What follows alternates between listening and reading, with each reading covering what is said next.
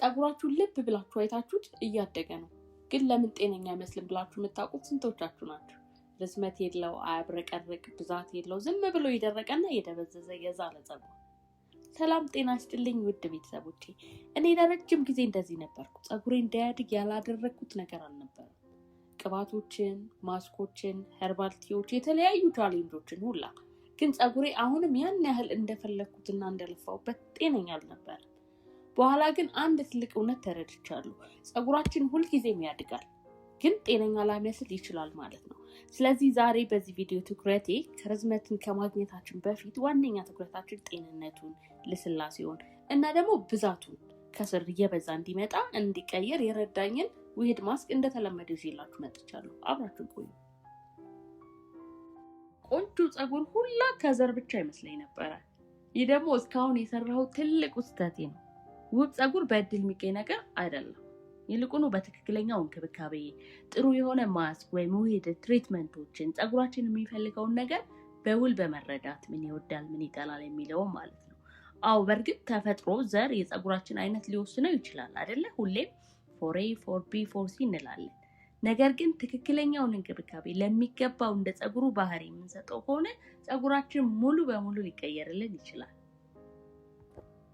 የዛሬው ውህዳችን ዋነኛ ትኩረቱ የጸጉር ብዛት ላይ ነው እና ደግሞ ወዙን የሚመልስ ጥንካሬውን የሚመልስልን ነው ማለት ነው። ዛሬ ዋነኛ ትኩረታችን መነቃቀልን በማስወገድ ጸጉራችን እንዲበዛ የሚያደርገው ማለት ነው። ስለዚህ ዋነኛው አብሽ አለን፣ ከዛ የከርከዴ አበባ አለን፣ ዱቄቱን ነው የምንጠቀመው፣ እሬትም አለን ማለት ነው። ስለዚህ ይህ ውህደት ደግሞ የምወደው እያንዳንዱ ንጥረ ነገር የራሱ የሆነ ጥቅም አለው ለጸጉራችን ማለት ነው።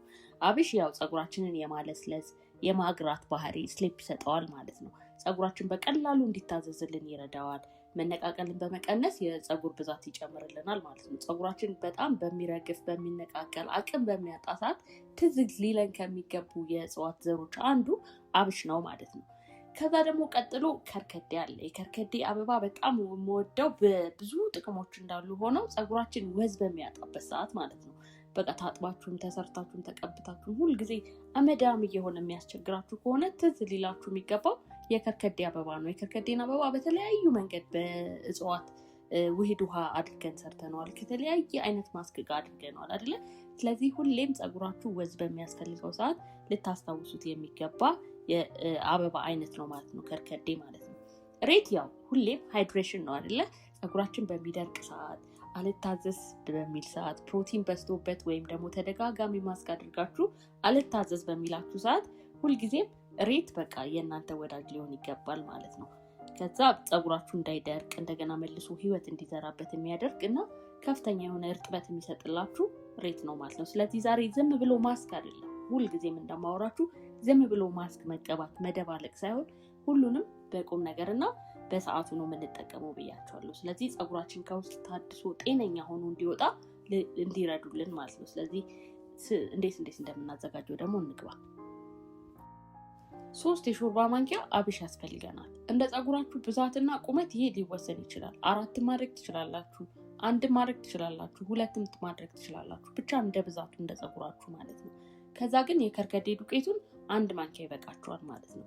ከዛ የሬት ደግሞ እንደምትጠቀሙት የታሸገው ሬት ከሆነ 3 የሾርባ ማንኪያ ያስፈልጋችኋል ማለት ነው። ግን ኖርማሊ እንዲ ፍሬሽ ሬት እንደዚህ አይነት የምትጠቀሙ ከሆነ ቀጠን ያሉት ከሆነ ብዙም ስለማያወጣቸው 3 ማድረግ ትችላላችሁ። ትልቁንና ወፍራሙ ከሆነ የምትጠቀሙት ግን ሬቱ ሳይበዛ እንደዚሁ 4 ማንኪያ ሬት መፍጨት ይኖርባችኋል ማለት ነው። ስለዚህ እንዴት አድርጋችሁ ደግሞ እንደምታዘጋጁት ልንገራችሁ። መጀመሪያ አብሹን ለ24 ሰዓት ትዘፈዝፉታላችሁ። ካጠባችሁ በኋላ ለ24 ሰዓት ትዘፈዝፉታላችሁ። ወይም ለ48 ሰዓት ብትዘፈዝፉት ደግሞ የበለጠ ጄል እንዲወጣላችሁ፣ በሚፈጭ ሰዓት ደግሞ አብሽ ስለሚያስቸግር በቀላሉ እንዲፈጭላችሁ ይረዳችኋል ማለት ነው። ጊዜ ከሌላችሁ ግን ለ24 ሰዓት መዘፍዘፍ ትችላላችሁ። ስትዘፈዝፉት ሞቅ ባለ ውሃ ዘፍዝፉት። ጠዋት ላይ በጣም ወፍሮ ቆንጆ ሆኖ ተዘፍዝፎ ታገኙታላችሁ ከ24 ሰዓት በኋላ ማለት ነው አብሻችሁ። ስለዚህ አብሹን ከዘፈዘፋችሁት በኋላ እንደዚህ ከለሩ ቢጫ ሆኖ ቆንጆ ሆኖ ያድርግላችኋል ማለት ነው። ከዛ ምንድነው የምታደርጉት? አብሻችሁን ወደ ድስታችሁ ውስጥ ጨምሩታላችሁ ማለት ነው። ከዛ ለተወሰነ ደቂቃ እስኪፈላ ትጠብቁታላችሁ። 5 ደቂቃም ይሆናል 7 ደቂቃም ራሱ እየፈላ ምልክት እየሰጣችሁ እንደዚህ አረፋ እያወጣ ይመጣል ማለት ነው። ከዛ ከፈላ በኋላ ምንድነው የምታደርጉት? የከርከዴ ዱቄቱን ትጨምራላችሁ አብሹ ከፈላ። ምክንያቱም ከርከዴውን ብዙ ሰዓት እሳት ላይ ስለማናቆየው የአንድ ማንኪያ የከርከዴ ዱቄታችሁን ጨምራችሁ ታማስሉታላችሁ ማለት ነው። ከዛ አብሮ ይፈላሉ ተወሰነ ሰዓት። ከዛ በኋላ ግን መውረድ አለበት ማለት ነው። ከዛ ወርዶ መብረድ አለበት።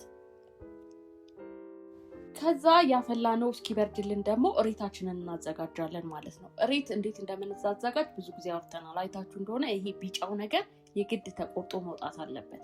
ዳርዳር ላይ ያሉ ሾኮቹ እንዳለ ከጀርባው ያሉት እንዳለ መውጣት አለበት እና በደንብ መታጠብ አለበት። ተደጋጋሚ ጊዜ ታጥቦ ተዘፍዝፎ ቢያንስ ከተቻለ ለ2-3 ሰዓት ቀድማችሁ እሬቱን መዘፍዘፍ አለባችሁ። ዘፍዝፋችሁ ከዛ በኋላ አጥባችሁ አለቅልቃችሁ እንደዛ ነው። እንደውም ቢቻል ከዛ በላይ ሁላ ብዘፈዝፉት ቆንጆ ነው የሚሆንላችሁ። ምክንያቱም ይሄ ቢጫው ያለው አሎይን ፀጉራችንን ቆዳችንን የሚያሳክከን የሚጎዳን ነገር ስለሆነ እሱ ነገር መወገድ አለበት። ከነሱ የምትቀቡት ከሆነ እሬት ከሚጠቅማችሁ ይልቅ ይጎዳችኋል። ስለዚህ ነጭ እስኪሆን ምንም አይነት ቢጫ ነገር እስከማይኖረው ድረስ ሁልጊዜ በተደጋጋሚ እንደነገርኳችሁ እሬቱ መታጠብ አለበት ማለት ነው። ከዛ እሬታችሁን ካጠባችሁ በኋላ እንደዚህ አድርጋችሁ ታወጡትና ወደ መፍጫ ውስጥ ይገባል ማለት ነው። ስለዚህ ቅድም ያፈላነውን የበረደውን የአብሻችንና የከርከዴን ውህድ እንደ እሬታችንን አንድ ላይ ጨምረን እንፈጫቸዋለን። ድቅቅ አድርገን እንፈጫቸዋለን ማለት ነው። ከዛ ያው ሁሌም እንደማይቀረው ካፈጨነው በኋላ ቀጥታ አንቀባውም። የግዴታ መጠለል አለበት። ምክንያቱም ይሄ ያልተፈጨው ከውስጥ ያመለጠው ነገር ካለ ፀጉራችን ውስጥ ገብቶ ቢልዳፕ ፈጥሮ በኋላ እንዳንቸገር እየቆየ ፀጉራችንን ስለሚያሳሳብን የግዴታ መጠለል አለበት። ስለዚህ ሁሌም እንደምናደርገው በአቡጀዴ በስቶኪንግ ካልሲ በተገኘ ሁላ እናጠለዋለን። በደንብ አድርገን እንደዚህ እንደምታዩት ጭምቅ አድርገን፣ ምክንያቱም ንጹህ ክሬሙን ስለሆነ የምንፈልገው በደንብ አድርጋችሁ ጨምቃችሁ ማውጣትና በጥንቃቄ ማጥለል ይገባናል ማለት ነው። ከዛ ካጠለልኩት በኋላ ደግሞ ንጹህ የኮኮስ ዘይት እንደዚህ አቅልጬ እጨምርበታለሁ። ዋነኛ ትኩረቴ ለፀጉሬ ወዝና ብዛት ስለሆነ ዛሬ ማለት ነው። እናንተ የተመቻችሁን ዘይት ማድረግ ትችላላችሁ። የወይራ ዘይትም ካላችሁ፣ የአልመንድ ዘይትም ካላችሁ፣ የአቮካዶ ዘይትም ካላችሁ፣ የሱፍ ዘይትም ካላችሁ ብቻ እጃችሁ ላይ ያለውን መጨመር ትችላላችሁ። ለፀጉሬ ብዛት ግን ዋነኛ ከምፈልጋቸው ነገሮች አንዱ የኮኮስ ዘይት ነው። ስለዚህ 1 ማንኪያ የኮኮስ ዘይት አቀልጥና እንደዚህ አድርጌ በውሃ እንደዚህ ከስር አድርጌ ሲፈላ እሱ የቀለጠውን ወደ ማስኬ ውስጥ እደባልቀዋለሁ ማለት ነው። ከዛ በደንብ አድርጌ እቀላቅለዋለሁ። ለፀጉሬ ለስላሴን፣ ወዝን፣ ጥንካሬን እንዲሰጥልኝ ስለምፈልግ ማለት ነው። ከዛ ያው ሁሌ የምናደርገው ማስክ በንጹህ ፀጉር ነው አይደል የምንቀባው። መጀመሪያ ፀጉራችንን በደንብ አድርገን እንታጠበዋለን። ከዚህ በፊት የነበሩ ቢልዳፖች ስላሉ እሱ መጽዳት አለበት። እሱን ከታጠብን በኋላ በንጹህ ፀጉራችን በተለይ ፎርሲ ፀጉር ካለን ስር በደንብ መከፋፈል አለበት። እንደዚህ ተከፋፍሎ ለ4 ወይም ለ6 ለ5 ቦታ ቀስ እያደረጋችሁ ከታጠባችሁት በኋላ መጠቅለልና መከፋፈል ይኖርባችኋል ማለት ነው። ለምን? አንደኛ ለመቀባትም ይመቻችኋል፣ ሁለተኛ ደግሞ በምትቀቡበት ሰዓት በትግል ፀጉራችሁን እንዳትበጥሱት፣ እንዳይበጣጠስባችሁ፣ ማበጠሪያ እንዳያስቸግራችሁ እንደዚህ ተከፋፍሎ ሲሆን የበለጠ አሪፍ ይሆናል ማለት ነው። ከዛ ከስር ጀምራችሁ እያንዳንዱ የፀጉራችሁን ዛላ መቀባት ይኖርባችኋል። ከነቆዳውም ዛላውን በደንብ አድርጋችሁ ትቀቡትና ማሳጅ ታደርጋላችሁ። ከዛ ላስቲካችሁን ታደርጋላችሁ ማለት ነው። ያው እንደተለመደው ለ1 ሰዓት ለ1 ሰዓት ተኩል አቆይታችሁ ለብ ባለ ውሃ ነው ግን የምትታጠቡት። መጀመሪያ በሻምፑ በታጠበ በንጹህ ፀጉር ላይ ነው የተቀባችሁት። ከዛ አሁን ለብ ባለ ውሃ ታጥባችሁ ምን ታደርጋላችሁ? በኮንዲሽነር ትታጠባላችሁ ማለት ነው። ከዛ በኋላ ከታጠባችሁት በኋላ ሁልጊዜ የምናደርገው ነገር አለ አይደለ? አብሽ ከተቀባ በኋላ ፀጉር ክፍት ስለማይታው ከተገኘ አሁንም ደግሞ ጊዜ ካላችሁ የንጹህ የሬት ጄል በኮኮስ ዘይት ቀላቅላችሁ ፀጉራችሁ ብትቀቡት በስሱ ማለት ነው። ማትለቀለቁትም ትችላላችሁ።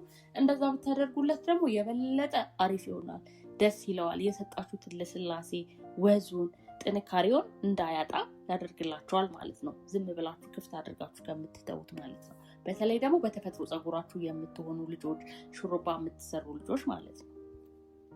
እሺ ፀጉራችሁን እንደዚህ ተንከባከባችሁት፣ ቆንጆ ማስክ አደረጋችሁለት። ከዛ በኋላ ግን በሬት ጄልን በኮኮስም አለሰለሳችሁት፣ አሪፍ አደረጋችሁት። ከዚህ በኋላ ነው እንግዲህ የብዙ ሰው ስህተት የሚጀምረው።